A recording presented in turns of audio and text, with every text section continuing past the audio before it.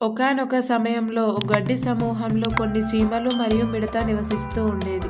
చీమలు ఉదయం నుండి రాత్రి వరకు కష్టపడుతూ పనిచేశాయి.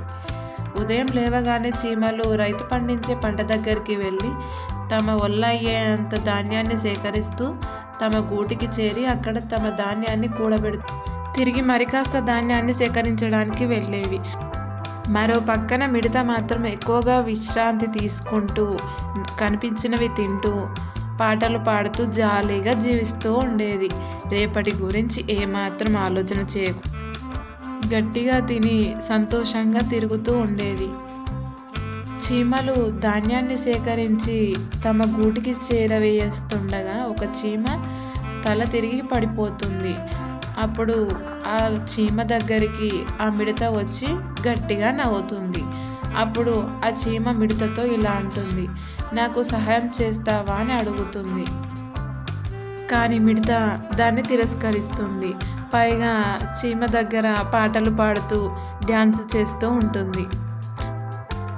ఓపిక లేకపోయినా ఆ చీమ ఆ ధాన్యాన్ని తమ గూటిలో చేరవేస్తూ మరి కాస్త ధాన్యం తేవడానికి పంట చేను దగ్గర నుండి ధాన్యం తీసుకొని మళ్ళా వస్తూ ఉంటుంది.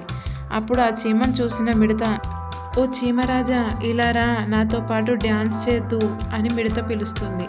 అప్పుడు ఆ చీమ, నేను శీతాకాలం కోసం ఆహారాన్ని సేకరిస్తున్నాను అని చెప్తుంది. అప్పుడు ఆ మిడత, శీతాకాలంకు ఇంకా చాలా టైం ఉంది, మనం అప్పుడు ఆలోచించవచ్చు, ఇప్పుడు ఉన్నదాన్ని తిని సంతోషంగా జాలీగా ఉందాంరా అని పిలుస్తుంది మిడత.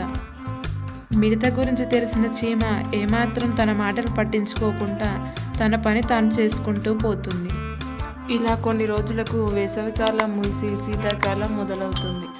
చెట్లకు ఆకులన్నీ రాలిపోతాయి. మెల్లగా వాతావరణంలో తేమ మొదలవుతుంది.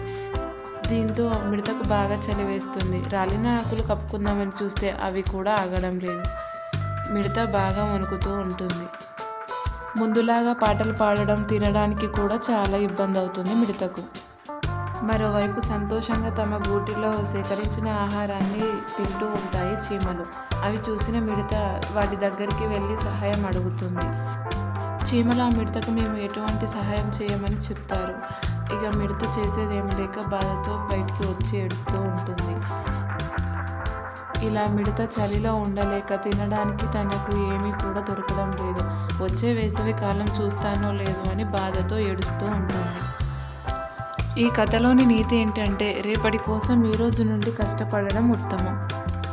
మా స్టోరీస్ మీకు నచ్చినట్లయితే ప్లీజ్ లైక్ చేయండి, సబ్స్క్రైబ్ చేయండి. Thank you for watching.